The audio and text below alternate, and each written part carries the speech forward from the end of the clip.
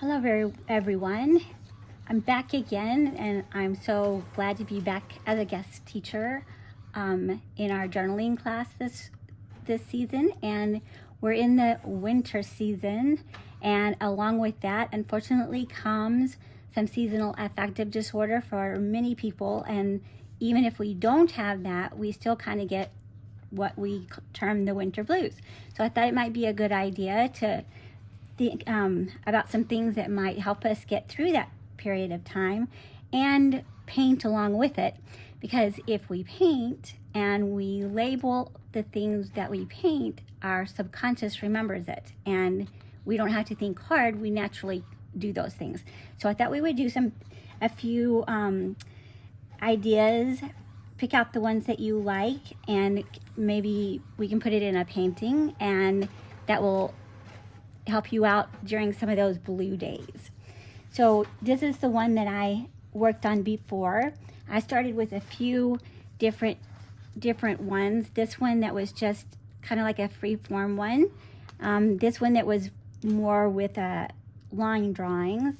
And I also added in there for you the one freeform one that I did, the line drawing of the cocoon here, and then the finished project there. So on this page we have the ideas that research has found to be most helpful for the seasonal affective disorder, mild at least forms of it. So green tea, or actually any kind of tea is good, but green tea seems to give the best benefit. Any exercise we can do outside. Extra vitamin D, because since we don't have as much sunshine and we're not outdoors as much, we're not getting the natural D that we typically do. So that's why they caution to check your vitamin D level. A light box, which is a special box that contains light that simulates the sunlight, and you can find those pretty much anywhere. Staying social, right now we can't do that as much because of the pandemic, but we can do Zoom and video calls, and not the same, but at least we're connected. Breakfast every day, which is really important to make sure that your the brain gets the nutrients that it wants, and your stomach starts working, because 90% of the serotonin that we use for our mood in our brain is actually stimulated in the stomach. So if we don't stimulate that in the morning, oftentimes our serotonin is not stimulated right away. Comfy clothes, because it's just miserable to be in bad ones. Lots of protein, fruits and vegetables. And meditation of any kind is always great for everything. And a walking meditation in nature is my favorite. Extra sleep, but remember, more than 9 hours has a reverse effect. So we try to get maybe 7 to 9, but not more than 9.5, because that kind of makes us groggy. And make sure you're getting plenty omega-3 fatty acids. And my all-time favorite aid for seasonal affective disorder is 2 ounces of dark chocolate per day. So what I thought we would do is start out with a branch, and then I would put my branch up there so it could start drying in the meantime. And then we're going to start adding our cocoon. So the caterpillar, the egg, of course, the caterpillar hatches from the egg, and the caterpillar then turns itself into a cocoon, and then the chrysalis forms. And inside the chrysalis, we think that it's just dormant. So when we say cocooned in the winter, it's really not. It's very active, and it's transforming itself in the inside of the chrysalis. So that's why I thought it would be a very good metaphor for us, because even though we are cocooned inside for the winter, if we stay really active with these things, we can keep ourselves in as good of shape as summertime, or maybe even better.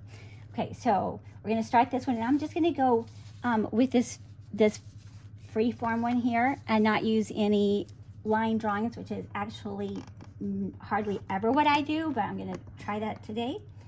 So I'm going to put the very top of this in. Very quickly. Okay. I'm using the Winter Wonderland palette from Designs by Rachel Beth, and some Daniel Smith ultramarine blue, and probably some Payne's gray in there. And of course, if we do the other, if you do the monarch looking cocoon, then you'll need a whole different color palette there. Sorry about that.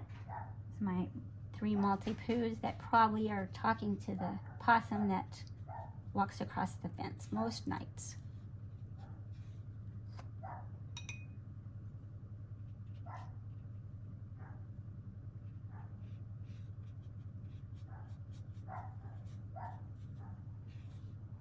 So our goal is to kind of get it to look like a cocoon any way you want. This is really not the style that I usually try, but I thought I would go for a little something different this time, since I've done 3 of the other monarch cocoons. And if you don't like some of the suggestions for the seasonal affective disorder, just leave yours out if you don't want them in there, but try and get as many as you can, just in case you're not able to include some of them. Then you can check your chart or check your butterfly painting and see which other ones you might add. And painting is actually my favorite way that can put me in a good mood no matter what kind of mood I'm in. Works for all seasons and all kinds of days. Okay, so I'm gonna let that dry just a little bit, and then I can drop some darker colors in there for the spots.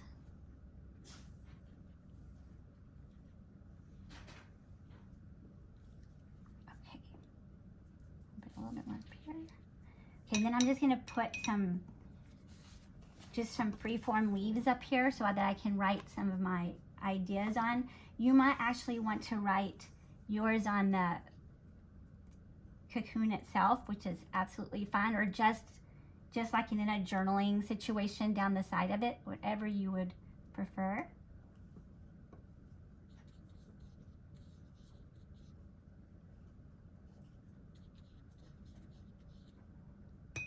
Again, this is completely opposite of how I usually paint. I usually do all my line drawing first, but thought we would do something different.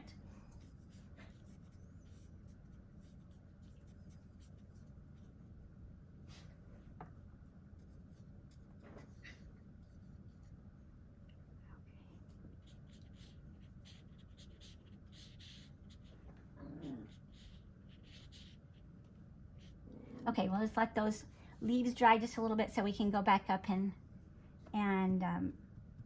put our interventions on there. And then back down here, the really cool thing is that when you look really closely at the chrysalis, you can see parts of the butterfly on the inside. So I'm going to put these up here just to replicate some of the markings and the parts that you would see from the outside.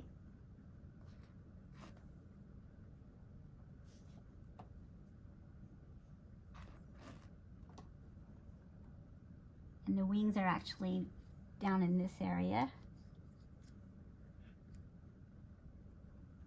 And all the different areas of the chrysalis has a different name, and I just don't know all of them. But maybe in the springtime we can revisit this and look more closely at that. Okay. All right, that's a good start. I'm gonna let that first layer dry and then go back in and put a little bit more color in there and write my interventions on the leaves. And I'll post the final one in the classroom, and I'm looking forward to seeing what you come up with. Have a great day and a really happy winter. Bye-bye.